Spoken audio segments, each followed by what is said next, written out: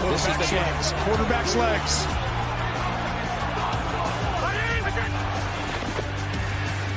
Fakes left, now taken off. Gonna run for it, he got it! And there he goes! Inside the 10, the 5. Oh, the play of the year in the NFL!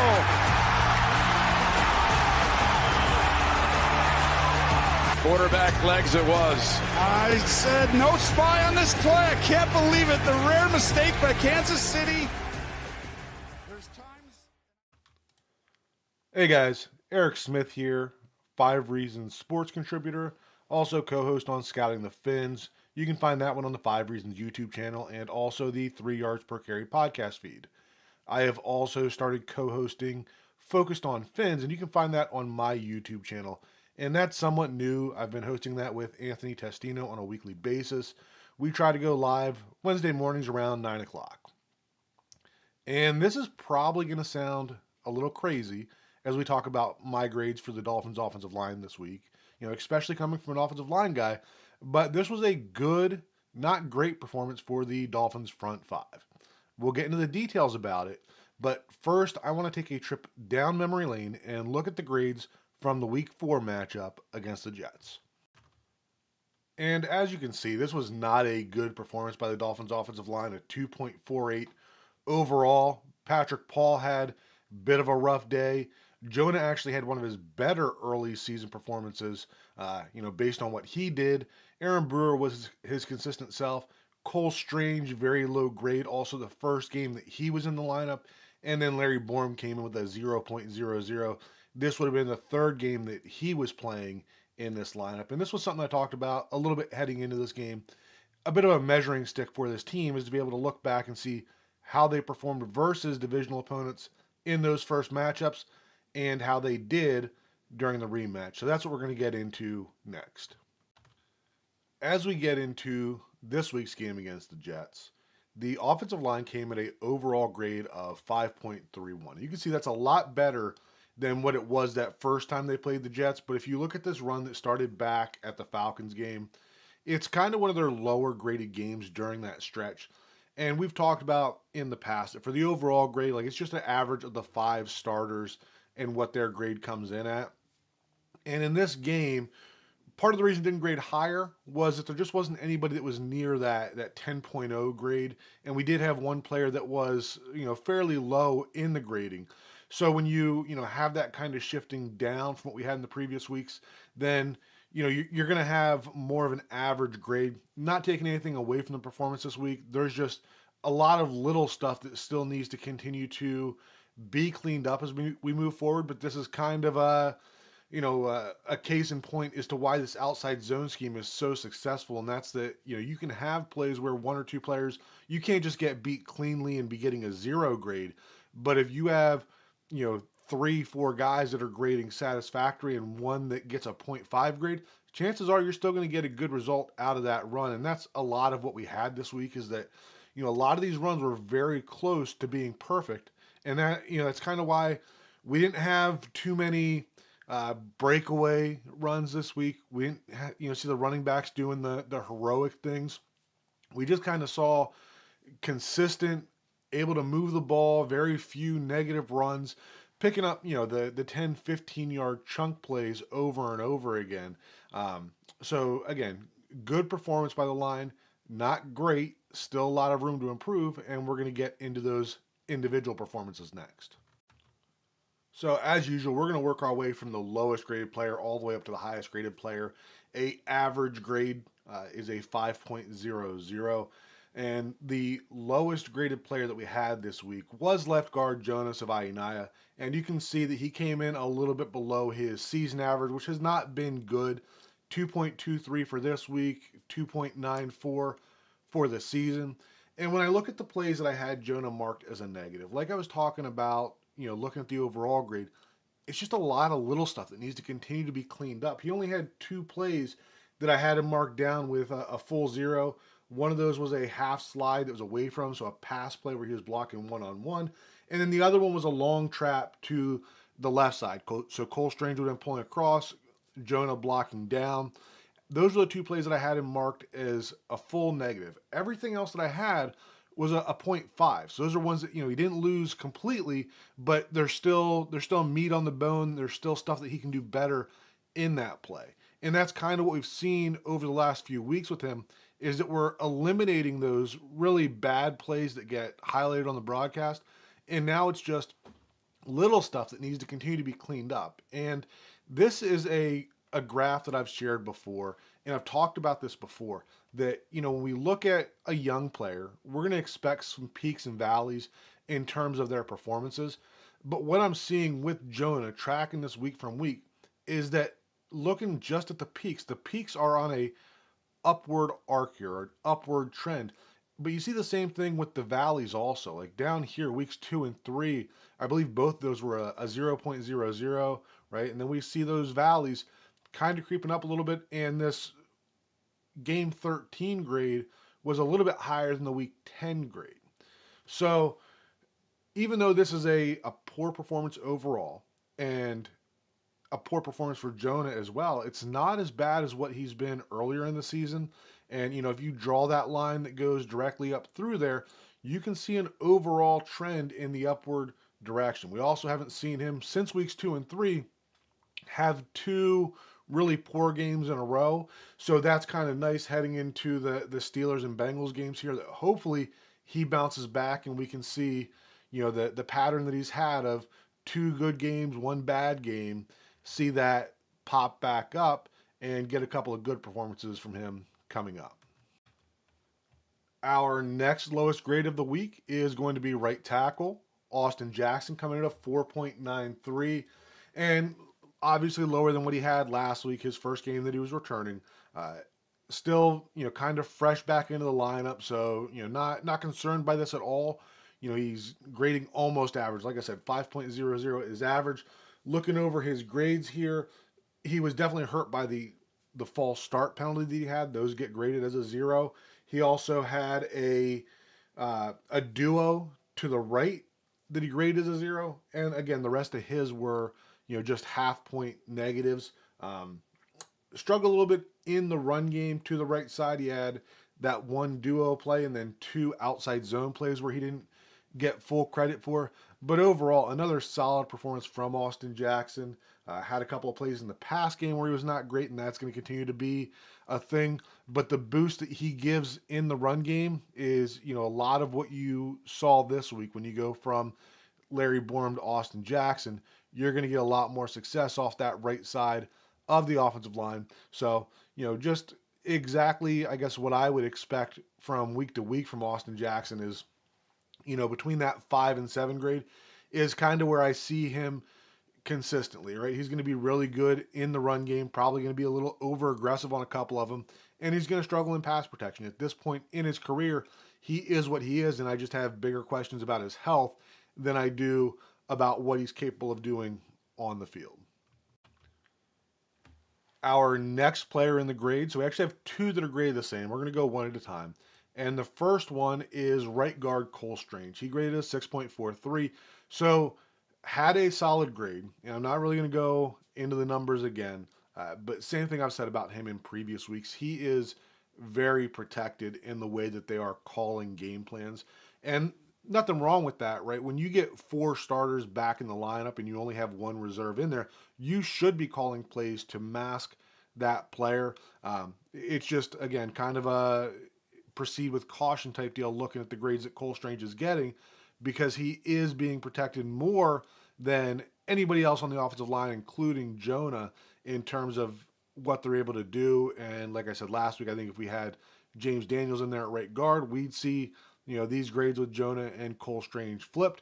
But he's been doing a solid job. Admiral was in the 3 yards per carry Discord this morning, and I made the comparison that he is essentially Liam Eichenberg, right? And you can take that however you want, but I've always said that Liam wasn't as bad as a lot of people thought. And I think that maybe some people saw that early this season with how bad the guard play could be. But this is a player that, if you are able to mask him, he can be serviceable for a short period. But this is always going to be somebody that you should be looking to upgrade whenever you can. And then, like I said, we have another player that is graded as 6.43, and that's going to be Aaron Brewer. And this was, not far off of his season average of a 7.01. Did some really good things in this game, and had a few plays that were kind of off. Only had one full zero, and that was on a duo to the right side, and several plays where he got half credit for. And something I talked about during the midseason review was that for whatever reason, Aaron Brewer seems to be better blocking outside zone to the right than he does to the left. And when I'm grading these games, like I don't go through and say, here's an outside zone to the left, right? How did Aaron Brewer do? I don't even look at the down and distance on most of them. I try to kind of isolate the play and grade the play individually without going through the game flow and all of that stuff. And when I'm looking at the grades for this week, of the ones that he had negative, half of those were on outside zone runs to the left. So it's really starting to feel like there is something there. The Dolphins ran more outside zone to the right this week than they did to the left. And, some may think that's because of Austin Jackson. I'm sure that's a part of it. But it just feels to me like Aaron Brewer being better blocking outside zone to the right compared to the left is really a thing. And that might be something I get into as we head into the offseason. But, no complaints with Aaron Brewer. Fantastic athlete. Love the way that he finishes plays. If you go back, you're going to find a few pancakes every week. This week was no exception. The Ollie Gordon touchdown, you're going to see him pushing the pile. You're going to see him doing things athletically that other teams wouldn't even dream of asking their centers to do. So another good week from Aaron Brewer. Again, keep in mind that if we had to change systems, might not be the same player, but given the system that we are in today, like we are getting an all-pro performance from Aaron Brewer, and hopefully it continues. And then before we get into the film review portion, we have one more player, and as you can tell, that's going to be left tackle Patrick Paul, coming in at 8.46, so a bump up from his season average of a 6.73. He'd have been over 9.0 if not for the false start penalty that he had. I had two other partially negative plays, and those were both outside zone plays to the right, so he'd have been trying to cut off from the backside of that. So just a good game overall. You know, similar to Brewer, a player that is playing at a Pro Bowl level, probably knocking on the door of an all-pro level performance. Probably not going to get that recognition this year, but we should all be very pleased with the progress of this second year left tackle for the Dolphins. So in summary here, now that you see all the grades, hopefully you can kind of understand why the overall grade, even though it's a good performance as a group, the overall grade, is not the highest they've had this season because, we didn't get Patrick Paul over 9. We didn't get Aaron Brewer over 8. We had Jonah down there at the 2.23, whereas last week everybody was close to average or better. So when you add all that together, you get a solid performance overall. Thankfully, there wasn't a lot of zero grades, not a lot of plays that were blown up due to bad blocking. But there was still room for improvement. Some of the stuff you go out and you watch what I posted on X there, a lot of those are one or two guys that maybe did okay, but if we could get them just a step further, then we're going to see some of these popping for 40, 50 yards. So again, good performance overall. And with all that out of the way, let's get into the film review portion. As we get into the film, as we look at this play, and again, what we're going to get here is that Jonah's going to pull to the right, Ingold's going to go to the right. We're going to get the fake there.